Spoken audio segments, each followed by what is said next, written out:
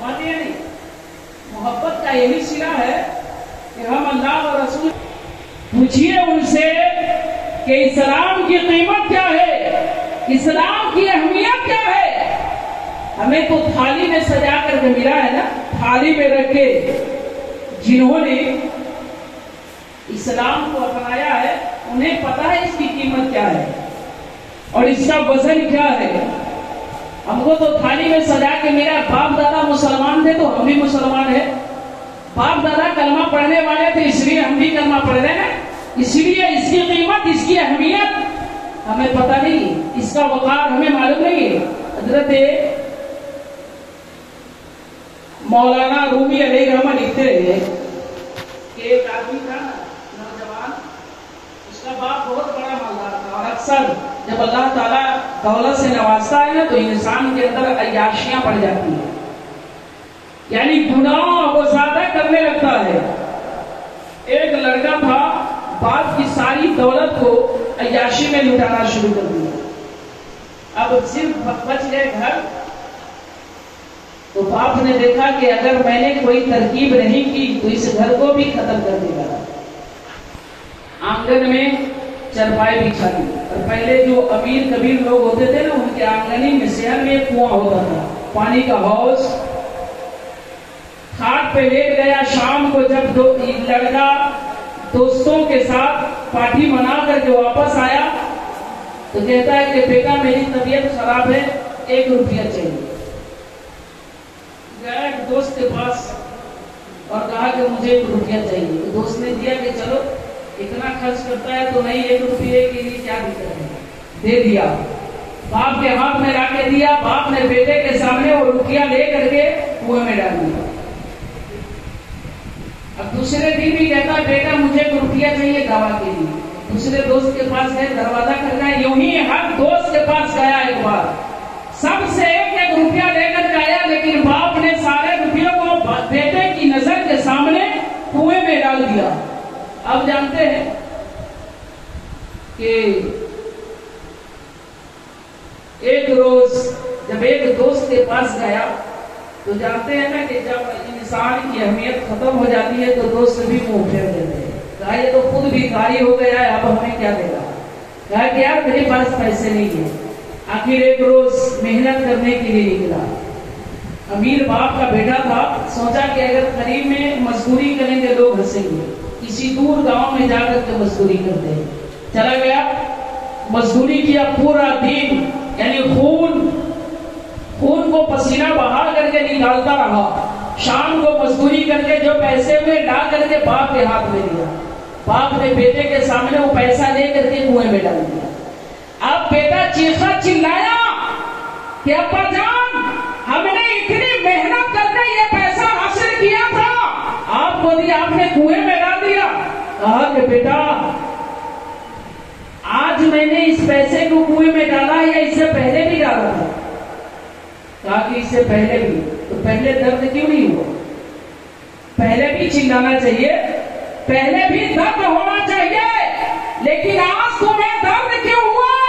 کیونکہ آج تم نے محنت سے اس کو حاصل کیا ہے، اس لیے درد ہوا ہے۔ حضرت مولانا رومی علیہ رحمہ طرف جاتے ہیں کہ آج لوگوں کو اسلام کی اہمیت اور قیمت اس لیے پتہ نہیں ہے کیونکہ یہ اسلام اسے تھالی میں سجا کر ملا ہے۔ کاش اگر اسلام کی قیمت، اس کی اہمیت اور اس کا وقار سمجھ لیتے جس طرح حضرت بلال نے سمجھا تھا کہ اسلام کیا ہوتا ہے۔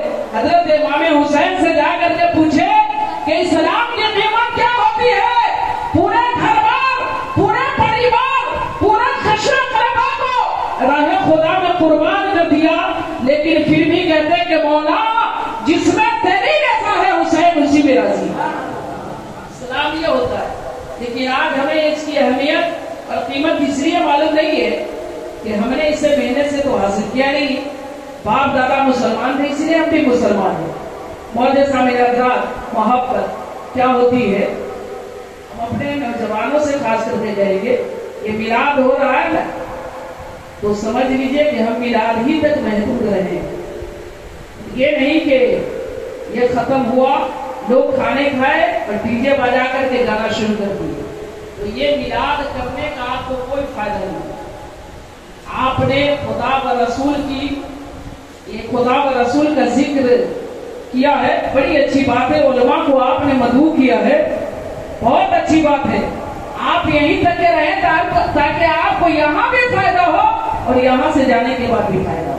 حضرت ثعلبہ بن عبد الرحمن بھی تو جوان تھے نا, 16 سال عمر تھی, صرف 16 سال, اور اتنا بڑا مقام تھا کہ جانتے ہیں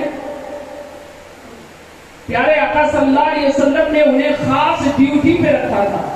اگر کسی کو بلانا ہوتا یا کسی کام کے لیے بھیجنا پڑتا انہیں بھیجتے تھے. ایک روز جب گئے کسی صحابی کو بلانے, لوٹ رہے تھے, راستے میں دیکھا کہ ایک حمام یعنی غسل خانہ ہے,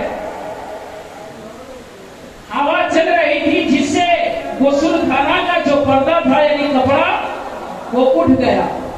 اب ان کی نظر ایک عورت جو غسل خانے کے اندر نہا رہی تھی ان پہ پڑ گئی.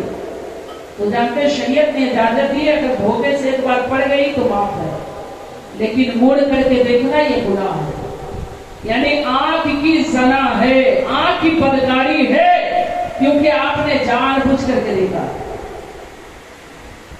حضرت ثعلبہ صحابی رسول ہیں, لیکن جانتے ہیں اپنے آپ کو بہت بڑا گنہگار تصور کرتے ہیں کہ میری نظر ایک اجنبی عورت پہ پڑ گئی ہے, اب تو میرے بارے میں منافق والی آیت نازل ہو گئی ہوگی. اب کون سا چہرہ, کون سی آنکھیں, کون سا منہ لے کر کے بارگاہ رسول میں جاؤں. جانتے وہیں سے وہ لوٹ گئے, اور کہاں لوٹے, پہاڑ کی ٹھو میں چلے گئے. ایک روز گزرا, دوسرا دن, تیسرے, یعنی حتیٰ کہ 39 روز گزر گئے, لیکن حضرت ثعلبہ کا کہیں پتہ نہیں. صحابہ کرام کو بھیجتے ہیں کہ جاؤ ثعلبہ کا پتہ کرو کہ کہاں ہے. کچھ صحابی اور حضرت عمر فاروق رضی اللہ تعالیٰ عنہ اسی غار کی جانب چل دیے جس پہاڑ کی کھو میں حضرت ثعلبہ چھپ کرتے رہتے گئے. اور جانے کے بعد وہاں پہ ایک بکری چرواہا بکری کو چرا رہا تھا.